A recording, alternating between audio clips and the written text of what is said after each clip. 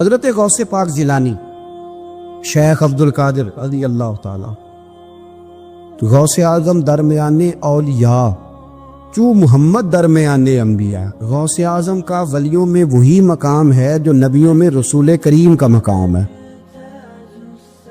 حضرت غوث پاک رضی اللہ تعالیٰ عنہ کو اللہ نے بڑے اعزازات سے نوازا.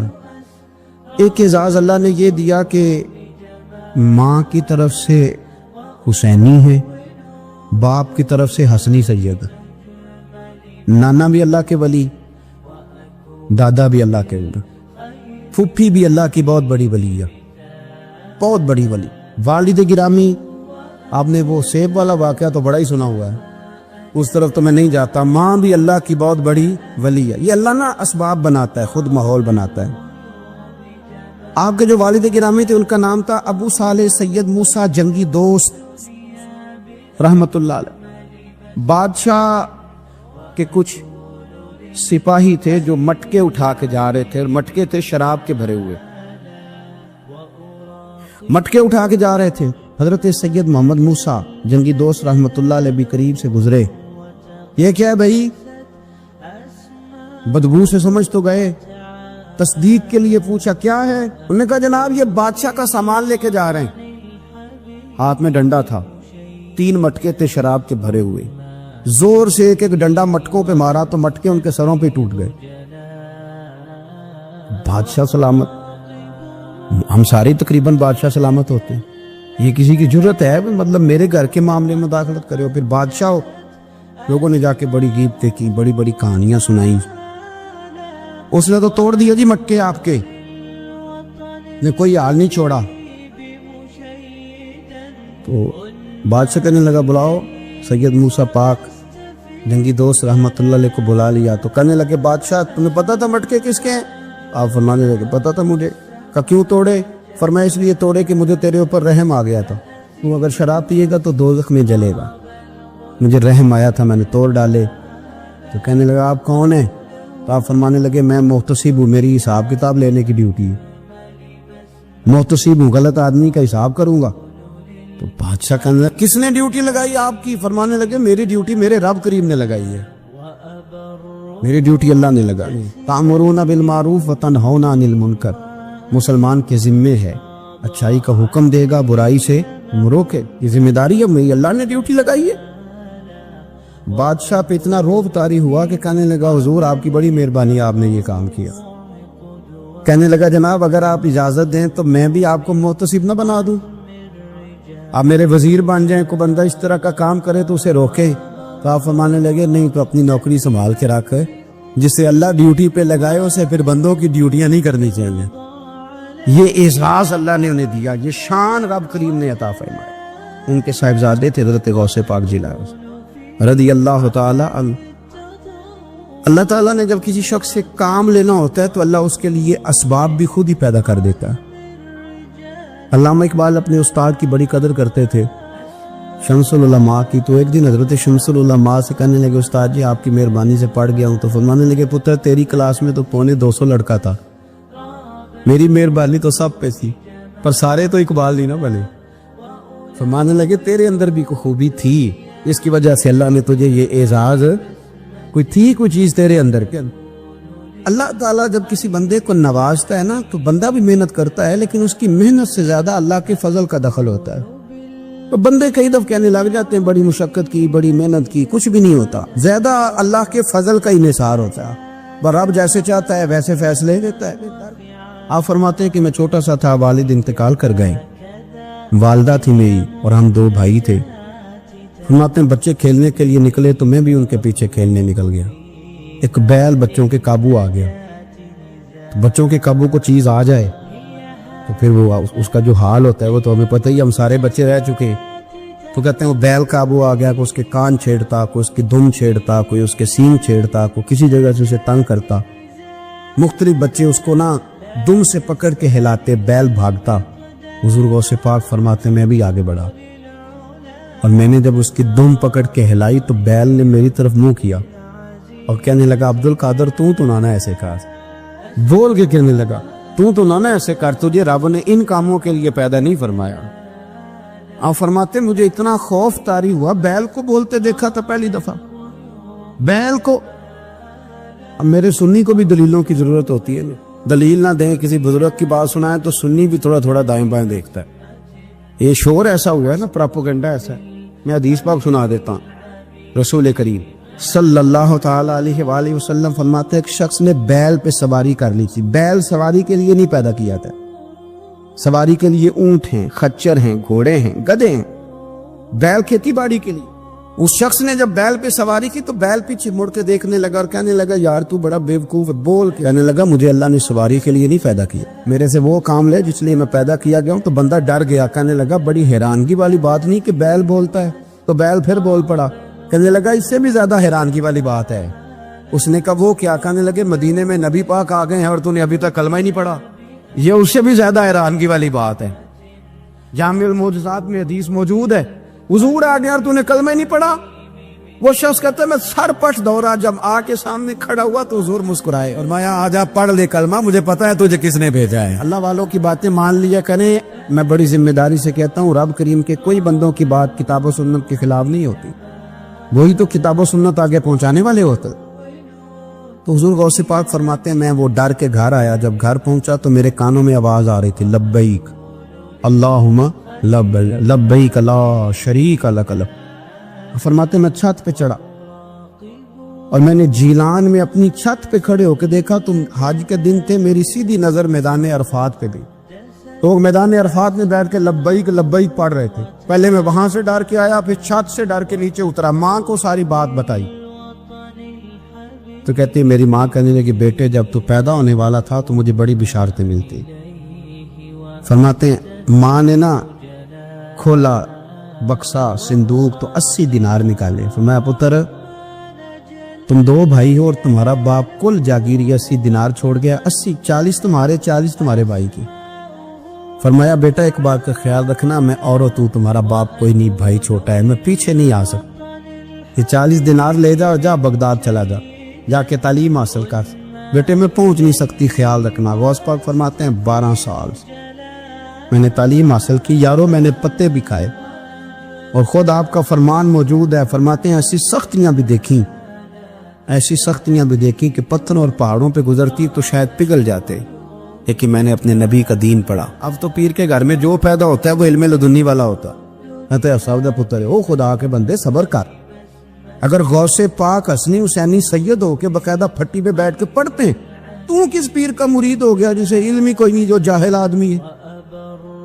یہ ضروری ہے، علوم دینیاں ضروری ہیں، اس کے بغیر کام نہیں چلتا۔ اور غوث پاک رضی اللہ تعالیٰ عنہ کی آپ پوری زندگی پڑھ کے دیکھ لیں، غوث پاک تمام اولیاء کے امام ہیں، ساری زندگی۔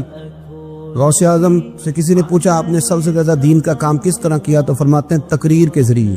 اب تقریر کرنے والا مولوی ہوتا ہے اور تویز دینے والا، سبحان اللہ۔ غوث پاک رضی اللہ تعالیٰ عنہ فرماتے ہیں میں نے دین کا سارا کام کس ذریعے سے کیا ہے؟ ہفتے میں 3 جلسے کرتے تھے اور 70 ہزار کا مجمع ہوتا اور بغیر لاؤڈ سپیکر کے تقریریں ہوتی، اور فرماتے ہیں جیسی سمجھ پہلے بندے کو آتی تھی ویسی آخری والے کو آتی تھی۔ لوگوں نے کہا حضور یہ کرم کیسے ہوا؟ فرمانے لگے میں نے جب تعلیم حاصل کر لی تو بولنا آتا ہی نہیں تھا، تو میں بڑا پریشان ایک دن سو گیا تو خواب میں رسول کریم کا دیدار نصیب ہوا۔ ان نے فرمایا تو واز کیا کر، تیرے واز سے لوگوں کو فائدہ ہوگا۔ یا رسول اللہ میں اجمی بندہ ہوں، لوگوں کے سامنے کیسے بات کروں گا؟ تو حضور نے فرمایا منہ کھولنا ذرا۔ کہتے میں نے منہ کھولا تو محبوب نے 7 دفعہ لعاب دہن ڈالا میرے منہ۔ آپ فرماتے ہیں پھر بولتا میں تھا، اثر کوئی اور پیدا کر دیتا۔ حضور غوث پاک رضی اللہ تعالیٰ عنہ نے 40 سال دین کا کام کیا۔ صبح کے وقت فقہ کا درس دیتے تھے، فجر کے بعد کچھ دیر کا ناشتہ کرتے سو جاتے، پھر آ کے مدرسے میں پڑھاتے باقاعدہ بچوں کو۔ غوث پاک رضی اللہ تعالیٰ عنہ کی سیرت پر آپ ساری کتابیں پڑھ لیں، ساری کتابیں لو، میں نے بھی بڑے دعویٰ کر دیے، یعنی ساری کتابیں جتنی اب تک چھپی ہوئی ساری پڑھ لو، کہیں نہیں ملے گا کہ ہم غوث پاک کے آستانے پہ گئے۔ غوث پاک کسی بندے نے یہ نہیں کہا ہم غوث پاک کے آستانے پہ گئے، غوث پاک کے دربار پہ گئے، سب نے یہی لکھا ہے کہ ہم حضور غوث پاک کے مدرسے میں گئے۔ ہمارے نا مدرسوں میں سبق تقسیم ہوتے ہیں، سال جب شروع ہوتا ہے نا تو سبق تقسیم ہوتے ہیں، ہمارے مدرسے میں بھی تقسیم کرتے ہیں ہمارے مولانا۔ آپ حدیث پاک پڑھائیں گے، فلانا استاد منطق پڑھائے گا، فلانا فلسفہ پڑھائے گا، فلانا یہ سبق تقسیم ہوتا ہے، فلانا قرآن، فلانا حدیث، فلاں فقہ۔ تو غوث اعظم کے مدرسے کے جو ناظم تعلیمات تھے وہ کہنے لگے حضور سبق بانٹنا ہے تو آپ کو کون کون سا سبق دے دیں، کون کون سا پیریڈ پڑھائیں گے؟ تو آپ فرمانے لگے نہیں، پیریڈ رہنے دو۔ حضور پھر فرمایا اس طرح کرو، لائق بچے تم رکھ لو اور نالائق سارے مجھے دے دو، میں جانوں اور نالائق جانے، نالائق سارے میرے۔ غوث پاک رضی اللہ تعالیٰ نالائق سارے رکھ لیے، کند ذہن، اور حضور غوث پاک ان کو اسباق پڑھایا کرتے، ان پر محنت کرتے۔ فجر کے بعد فقہ کا درس، 10 بجے مدرسے کی کلاس، زور کے بعد حدیث پاک کا درس، مغرب کے بعد تفسیر بیان کرتے۔ بانج علموں جو کرے فقیری، وہ کافر مرے دیوانہ۔ اور عشاء کی نماز کے بعد ہفتے میں 3 جلسوں سے خطاب، اور یہ سارے کام کر کے نا تو پھر بھی غوث اعظم جب دنیا چلی جاتی تو وضو کر کے مصلی پہ بیٹھ جاتے، اور 40 سال بیت گئے، ساری رات اللہ کی بارگاہ میں عبادت کرتے۔ 40 سال حضور غوث پاک کو اللہ نے بڑا اعزاز دیا، کتابیں لکھی، ڈیوٹی کی، محنت کی، کوشش۔ ایک عیسائی مسلمان دونوں جھگڑا کر رہے ہیں، غوث اعظم گزر رہے ہیں، جھگڑا ہو رہا ہے۔ عیسائی مسلمان سے کہتا ہے ہمارے نبی عیسیٰ علیہ السلام نے مردے زندہ کیے، تمہارے نبی نے بھی کو کیا تو بتاؤ۔ مسلمان پڑھا ہوا نہیں تھا، حالانکہ نبی پاک نے بڑے مردے زندہ کیے، پڑھا نہیں تھا، بتا نہ سکا۔ غوث اعظم کے کان میں آواز گئی تو جا کے عیسائی کا بازو پکڑ کے جھنجھوڑا، فرمانے لگے کیا کہا تم نے؟ میرے مصطفیٰ نے مردہ زندہ کیا تو بتاؤں؟ فرمایا تو نبی پاک کی چھوڑ، میں غلاموں کا غلام ہوں، میں غلاموں کا غلام ہوں، مجھے بتا کون سا مردہ زندہ کرنا۔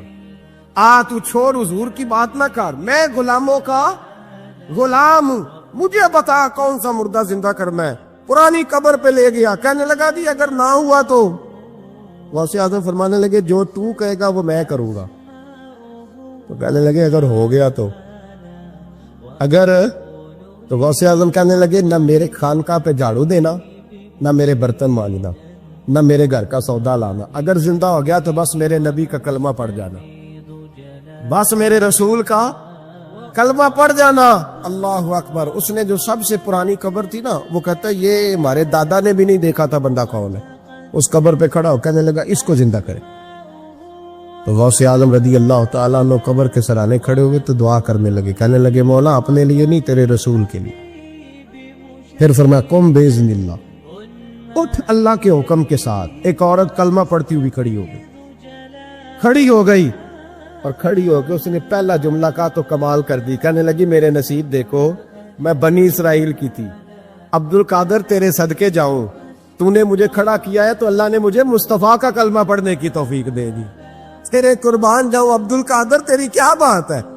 اب وہ بندہ دوڑ کے غوث اعظم کے قدموں میں آیا، فرمانے لگے نا کلمہ میرے مصطفیٰ کا پڑھنا ہے، حضور کا غلام بننا ہے۔ او بھائیو، حضرت شیخ عبد القادر جیلانی، حضور غوث اعظم رضی اللہ تعالیٰ عنہ، معمولی بات نہ سمجھنا، حضور غوث اعظم رضی اللہ تعالیٰ عنہ فرماتے ہیں میں قدم نہ لگاؤں تو اللہ ولایت ہی نہ دے، میں قدم نہ لگاؤں تو اللہ ولایت نہ دے۔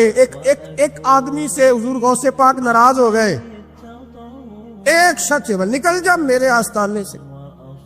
دعا منگیا کرو سنگیو، کہ مرشد نہ رس جاوے، جنہ دے پیر رس جاوے، وہ جیوندے بھی وہ مرے ہی رہن، چل دوڑ جا، نکل جا۔ وہ کہتے ہیں میں 300 ولی کے پاس گیا ہوں، 300، ہر ایک سے کہا میرے لیے دعا کرو۔ وہ کہنے لگے جسے عبد القادر دھتکار دے، اس کو کوئی سینے سے لگا سکتا؟ چل واپس چلا جا۔ آ کے قدموں میں بیٹھ گیا، کہنے لگا سونے معاف کر دے۔ فرمانے لگے تو نے دیر کر دیا، میں تو کب سے معاف کیے بیٹھا ہوں، تو نے دیر کی آنے میں تو رسول اللہ کا غلام ہوں، اور حضور نے معاف کرنا سکھایا ہے۔ حضور غوث پاک واز کرتے، نصیحت کرتے، اور چونکہ نہ شہرت کے لیے، نہ مال کے لیے، نہ نوٹوں کے لیے، اس لیے غوث اعظم جب تقریر کرتے نا، ایک دن بغداد میں بارش شروع ہو گئی، خطاب ہو رہا تھا، لوگ بکھرنے لگے تو 2 جملے غوث پاک کے، کہنے لگے یا اللہ تو دلوں کے بھید جانتا ہے، اگر بندے میں نے اپنی ذات کے لیے اکٹھے کیے ہیں تو تیز بارش برسا، دڑا دے سارے، اگر تیرے لیے اکٹھے کیے ہیں تو پھر بھی تیری مرضی، رکھنے ہیں تو رکھ، بھیجنے ہیں تو حضرت یحییٰ کہتے ہیں سارے بغداد میں بارش ہوتی تھی، پر جہاں غوث اعظم کی محفل ہوتی تھی وہاں کوئی نہیں ہوتی تھی، وہاں کوئی نہیں ہوتی تھی۔ غوث اعظم تقریر کرتے، کبھی کبھی وجد آتا تھا، کبھی کبھی ایک ماحول ہوتا ہے نا، کبھی کبھی حضور غوث اعظم وجد میں آتے تھے، کبھی کبھی اللہ کی دریائے رحمت کو بھی کبھی کبھی جوش آتا ہے۔ اور میرے حبیب فرماتے ہیں وہ پہلے آسمان پر نزول جلال کرتا ہے جو اس کی شان کے لائق، اور فرماتا ہے بندو مانگ لو، جو مانگو گے میں دے دوں گا۔ میرے محبوب کے دریائے رحمت کو بھی جوش آتا تھا۔ حضور فرماتے تھے آج پوچھو جس نے جو پوچھنا ہے، پوچھو۔ حضور فرمایا کرتے تھے، ایک دن حضرت ربیعہ بن کعب سامنے کھڑے ہیں تو میں سالی یا ربیعہ جو دل کرتا ہے مانگ لے، تیرا نبی تجھے دے دے گا۔ کبھی کبھی دریائے کرم جوش میں، تو غوث اعظم کو کبھی کبھی جوش آتا تھا۔ ایک دن تقریر کرتے کرتے کرتے کرتے جذبات میں آ گئے، جوش میں، یوں نظر اٹھائی تو حضرت خضر گزر رہے تھے اوپر سے، اور جوش جذبات میں فرمانے لگے او بنی اسرائیل کے ولی، ذرا نیچے تو اتر، ذرا محمد عربی کے غلام کی بھی چند باتیں سن کے جا، تجھے سناؤ رسول اللہ کے غلام کس طرح کے ہوتے ہیں۔ عالم وجد میں، کیف میں تھوڑی دیر گزری تو تڑپنے لگی، مجمع پہ سکوت تاری، لوگ سمجھ نہیں رہے ہو کیا رہا۔ ایک آپ کے خلیفہ تھے حضرت علی بن ہیتی، وہ دیوار کے ساتھ ٹیک لگا کے سو رہے، سارا مجمع دم بخود ہے، یہ کیا ہونے لگا؟ غوث پاک اٹھے، تقریر وہیں رہ گئی، علی بن ہیتی کے پاس جا کے یوں ہاتھ باندھ کے کھڑے ہو گئے، اور دیر تک نبی پاک پہ درود پڑھتے رہے۔ ان کی آنکھ کھلی تو وہ بھی روئے، غوث اعظم بھی روئے، دعا ہو گئی، جلسہ ختم۔ غوث پاک سے تو پوچھنے کی طاقت ہی نہیں تھی نا کسی کی، ان سے کون پوچھے؟ لوگ حضرت علی کے پاس، حضرت علی بن ہیتی رحمت اللہ علیہ، حضور یہ کیا ہوا؟ ہمیں سمجھ نہیں آئی۔ آپ فرمانے لگے تمہیں کیا بتاؤں، تم کسی معمولی پیر کے ماننے والے نہیں ہو، میں آج غوث اعظم کی محفل میں بیٹھے بیٹھے ہی مدینے پہنچ گیا ہوں، اور مجھے رسول اللہ کے جلوے نظر آنے لگے ہیں، پر میرے شیخ کا کمال دیکھو، جو میں خواب میں دیکھ رہا تھا عبد القادر ظاہری آنکھوں سے نظر فرما رہا ہوں، ظاہری آنکھوں سے، عالم وجد میں، کیف میں، سرور میں۔ اور جب غوث اعظم تقریر کرتے تھے نا تو 50 آدمی اس کونے سے کھڑے ہوتے تھے، کہتے تھے حضور ساری زندگی گناہ کیے ہیں، اب توبہ کرتے ہیں، اب دوبارہ گناہ نہیں کریں گے۔ اس کونے سے 15 کھڑے ہوتے تھے، حضور ڈاکے ڈالے ہیں ساری اوپر، اب توبہ، آپ کی بات نے دل بدل دیا ہے، اللہ نے توفیق ہدایت دے دی۔ ادھر سے 10 کھڑے ہوتے، حضور سود کا دھندا، چوری کا دھندا، آج کے بعد توبہ۔ ایک بزرگ تھے حضرت یحییٰ بن نجا ان کا نام تھا، وہ کہتے ہیں میں نے سوچا روز بندے توبہ کرتے ہیں، آج میں گنوں نہ کہ ایک محفل میں کتنے کرتے ہیں، آج گنوں نہ۔ اب تو کاؤنٹنگ کے مختلف ذرائع ہیں نا، کیلکولیٹر ہے، باقی چیزیں۔ اس زمانے میں یہاں گٹھلیاں ہوتی تھی کھجور کی، بندے کچھ چیز گننی ہوتی تو گٹھلی ڈالتے، یا لوگ دھاگا لے جاتے تھے، ہر دھاگے پہ گرا لگاتے تھے، ایک گرا دوسری گرا، وہ کہتے ہیں میں نے نا اپنے پلو کے چادر کے نیچے دھاگا چھپا لیا۔ ایک بندہ توبہ کرنے اٹھاتے تو گرا ڈال دی، دوسرا اٹھا تو دوسری گرا ڈال دی، تیسرا اٹھا تو تیسری۔ کہتے ہیں اچانک بندے زیادہ ہو گئے، اب میری سپیڈ ہی بڑی کم تھی، میں کوشش بڑی کرتا پر بندے زیادہ۔ کہتے ہیں بڑی کوشش کی پر میں پورا ہی نہ ہوں۔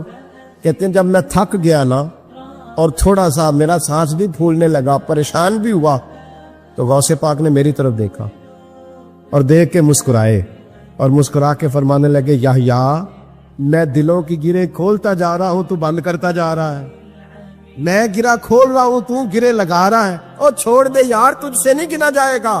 یہ عبد القادر کی وجہ سے توبہ نہیں کر رہے، خدا کے فضل کی وجہ سے کر رہے، اور اللہ کا فضل گنا جا سکتا نہیں، شمار کیا جا سکتا۔ فرمایا نہ کر۔ آپ نے 40 سال لوگوں کو تبلیغ فرمائی، ہزاروں یہودیوں نے کلمہ پڑھا، لاکھوں نے۔ عیسائیوں کا بڑا عالم تھا، وہ کہتا ہے میں پوری انجیل پڑھتا تھا، جتنے نسخے تھے سب مجھے یاد سے، لیکن میں متاثر ہو گیا اسلام سے۔ یمن کا رہنے والا تھا، میں نے ایک ٹھان لی اس کے ہاتھ پہ کلمہ پڑھنا ہے جو اس وقت نبی پاک کی امت میں سب سے زیادہ شان والا ہو۔ کہتے ہیں میں سویا تو خواب میں جناب عیسیٰ کا دیدار ہوا، اور مجھے کہنے لگے تلاش کرنے کی ضرورت ہی کوئی نہیں، بغداد چلا جا۔ بغداد حضور غوث پاک کی بارگاہ میں فرمانے لگے اس وقت نبی پاک کی امت میں سب سے زیادہ شان اللہ نے حضور غوث اعظم کو عطا فرمائی، شیخ عبد القادر جیلانی رضی اللہ تعالی۔ غوث پاک، ہم کوئی دیوانے لوگ نہیں یا ہمیں شعور نہیں، کہ ہمیں عقل نہیں. غوث اعظم نے 40 سال شام میں وضو کیا اور فجر تک اللہ کی عبادت. فرماتے ہیں میرے مالک نے کہا عبد القادر کچھ مانگ لے. نہ اپنے لیے مانگا نہ اولاد کے لیے. کہنے لگے مولا قیامت تک جو میرا نام لے نا اسے بغیر توبہ کے مرنے نہ دینا, مرنے لگے تو توبہ کی توفیق دے دینا. فرماتے ہیں میرے مالک نے وعدہ کیا ہے جو میرا ماننے والا ہوگا بغیر توبہ کے نہیں مرے گا. اور حضور غوث پاک رضی اللہ تعالیٰ عنہ فرماتے میں تو قیامت میں بھی اتنی دیر جنت میں نہیں جاؤں گا جب تک سارے مرید نہ ساتھ چلے جائیں. امام محمد ایک بزرگ گزرے ہیں, لطف کی باتیں چھیڑ دی ہیں میں نے, آج مضمون لطف کا ہے نا. امام محمد حضرت امام اعظم کے شاگرد ہیں. ان کے پاس ایک بندہ آیا, کہنے لگا حضرت صاحب مسئلہ پوچھنا. فقہ کے امام تھے. کہا پوچھو مسئلہ. وہ کہنے لگا حضور میں منڈی گیا تھا تو ایک ٹوکری لایا ہوں. کیا ہم کیا کہتے ہیں, پیٹی کہتے ہیں کریٹ کہتے ہیں, دونوں کہتے ہیں. تو کہتے ہیں وہ میں ایک پیٹی لایا ہوں, ایک ٹوکری سیب کی بھری ہوئی. حضور اب میں نے کھول لیا تو آدھے صحیح ہیں آدھے خراب ہیں, آدھے ٹھیک ہے آدھے خراب ہے, تو میرے لیے فتویٰ کیا ہے, صحیح رکھ کے باقی واپس کر دوں؟ تو امام محمد فرمانے لگے نہیں, شریعت کہتی ہے یا سارے رکھ یا سارے واپس کر. یہ کہے تو رونے بھی لگ گئے ساتھ. تو کہنے لگا حضور مسئلہ مجھے بتایا ہے, اور رونے آپ لگ گئے. کہنے لگے مجھے بھی کوئی بات یاد آ گئی ہے. قیامت میں جب کسی استاد کے شاگرد جائیں گے, کسی پیر کے مرید جائیں گے, اور کہنے لگے جب مصطفیٰ کے غلام جائیں گے, جب غوث اعظم کے ماننے والے جائیں گے, تو کچھ اچھے ہوں گے کچھ برے ہوں گے. تو ہم بھی کہیں گے یا اللہ یا سارے رکھ یا سارے بھیج یا سارے رکھ یا.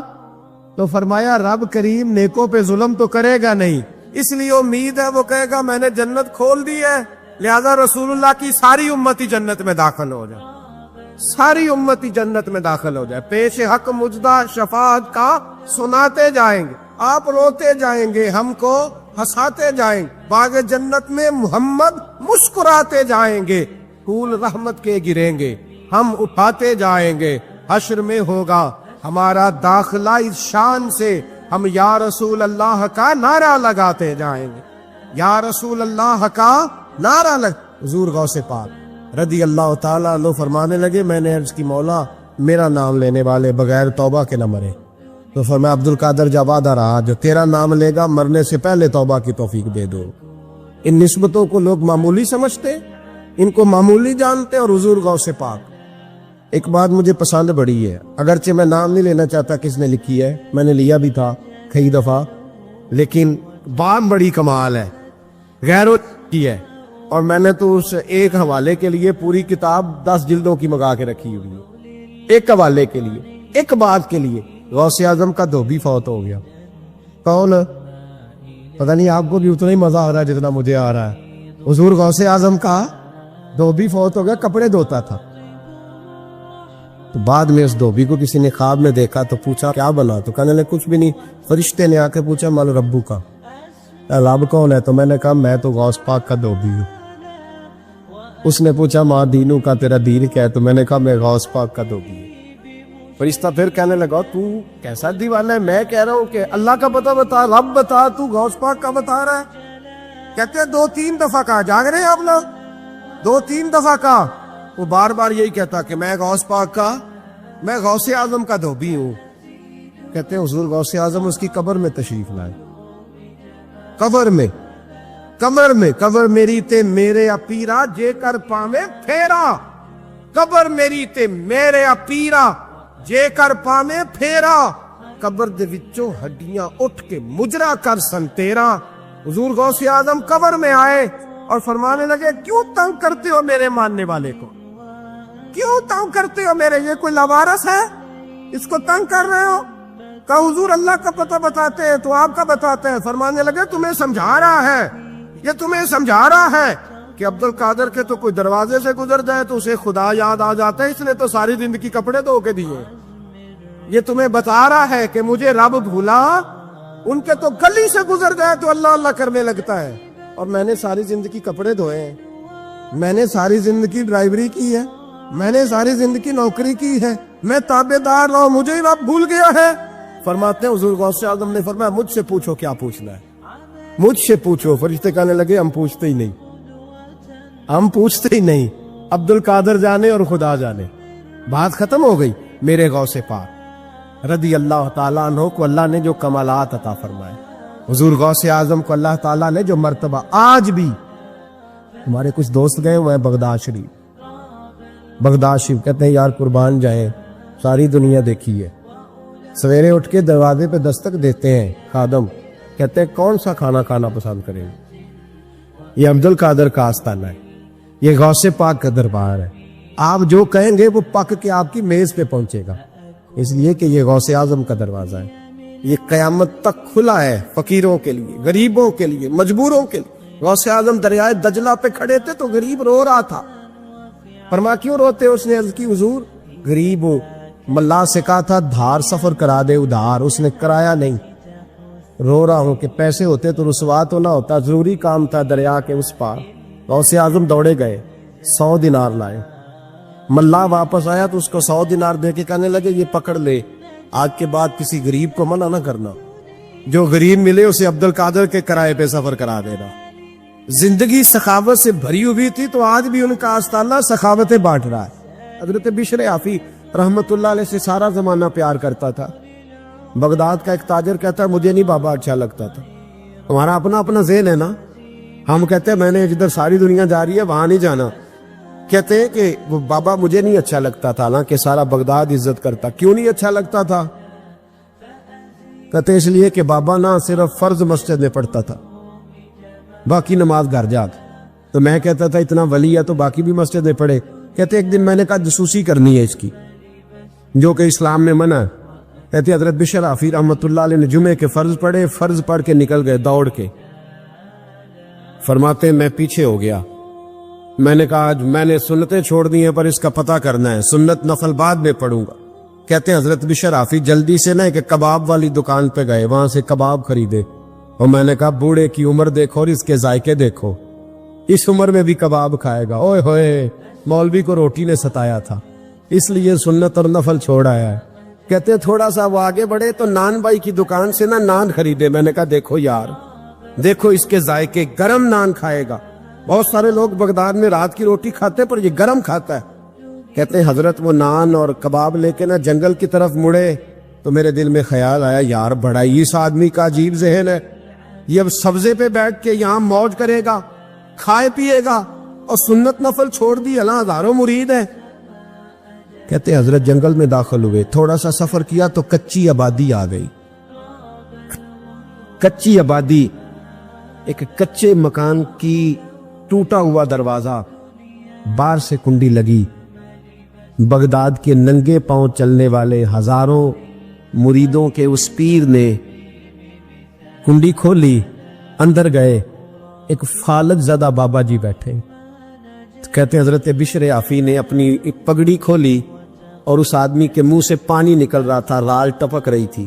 کہتے پہلے اپنی پگڑی سے منہ صاف کیا, پھر پیالے سے پانی ڈال کے منہ دھویا, پھر حضرت اس کے ٹانگوں پہ کپڑا ڈال کے روٹی کا لقمہ توڑ کے اس کے منہ میں ڈال کے کہنے لگے بابا ناراض نہ ہونا, جمعے والے دن مجھے دیر ہو جاتی ہے, ابھی تو میں نے سنت اور نفل بھی پڑھنے ہیں, ناراض نہ ہونا مجھے دیر ہو جاتی ہے.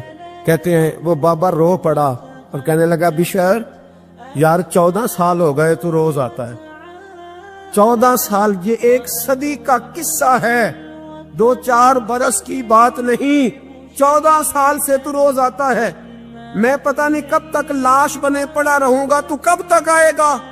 حضرت بشر عافی نے بابے کے آنسو پوچھ کے کہا بابا فکر نہ کر, آج کے بعد یہ جملہ نہ کہنا کہ تو میرے لیے بوجھ ہے.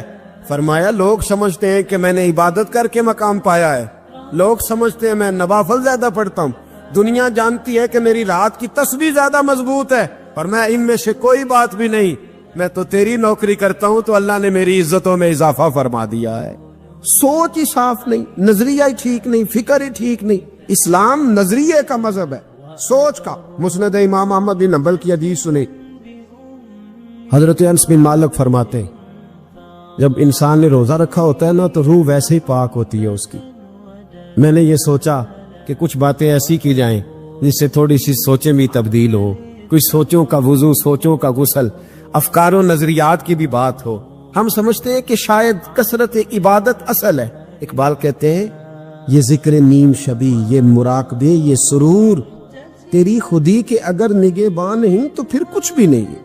تیری خودی کے اگر، اور پھر عام چیز نہیں کہا یہ ذکر نیم شبی، سویرے شہری کا ذکر، یہ مراقبہ، یہ جو تو گھنٹوں اللہ کی یاد میں بیٹھا رہتا ہے، یہ سرور. کہتے بے کیف عبادت نہیں، سرور والی.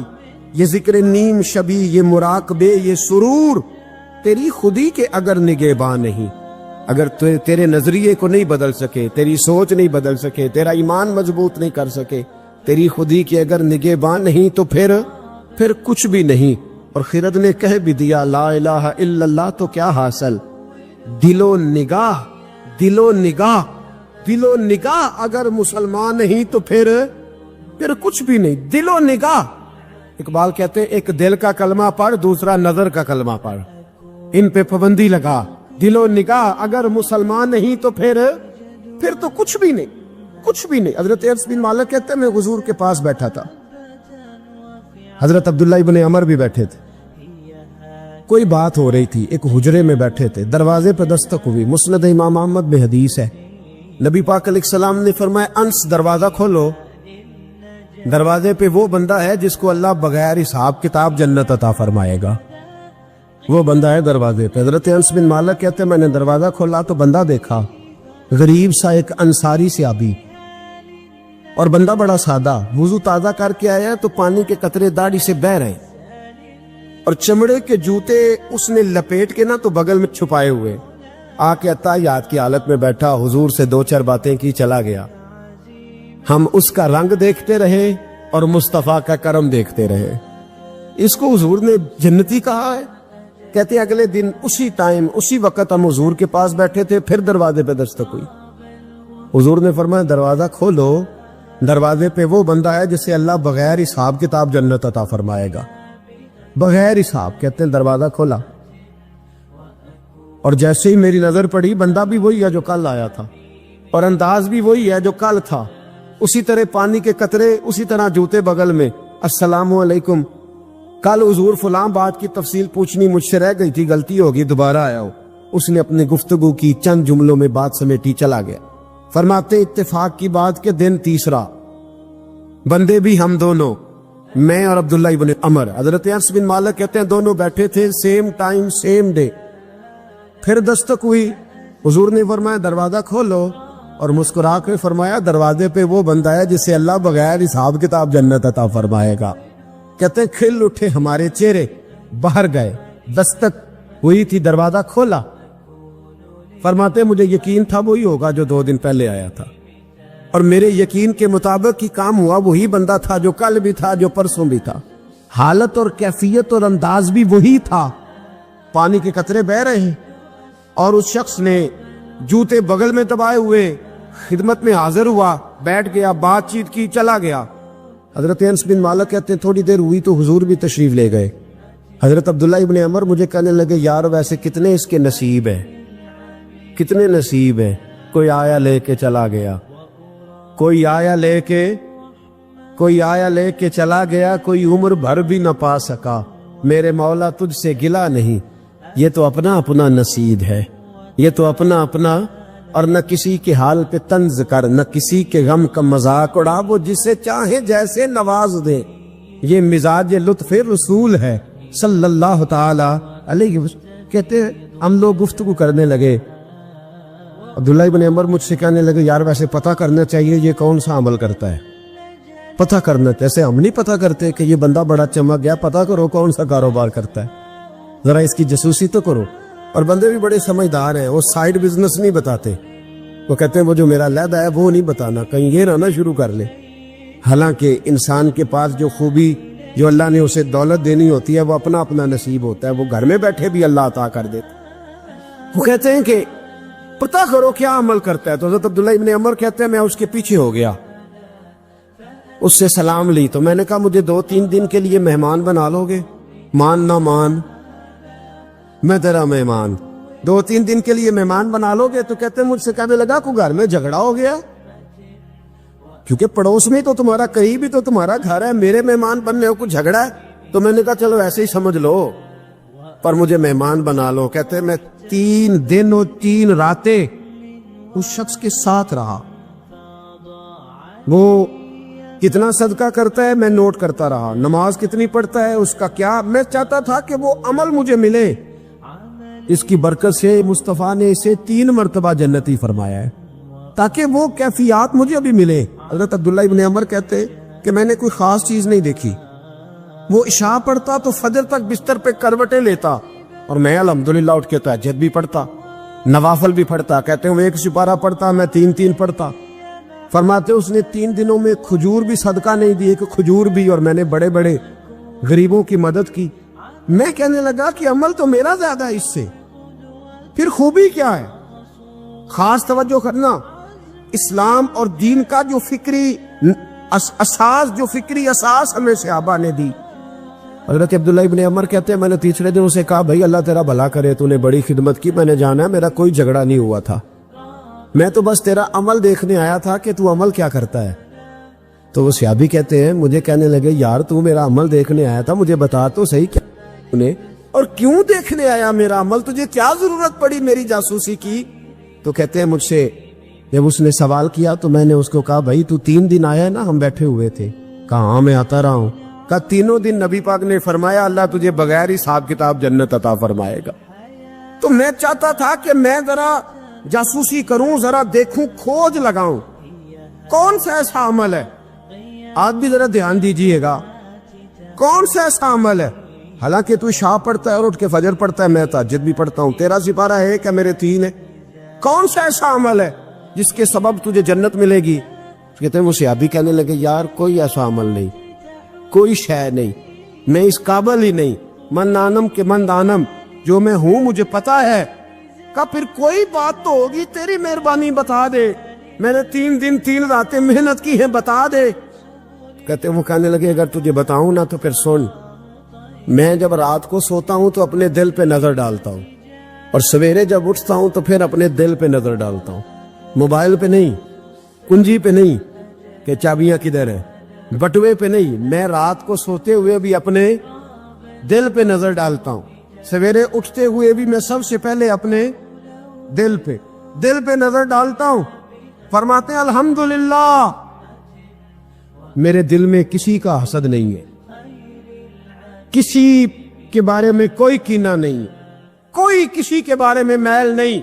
میں اللہ کے ہر بندے کے بارے میں سوچ, نظریہ, فکر اچھی رکھتا ہوں. اور فرمایا میں تیرے بارے میں بھی عبداللہ یہی سوچتا ہوں کہ تو مجھ سے زیادہ نیک ہے.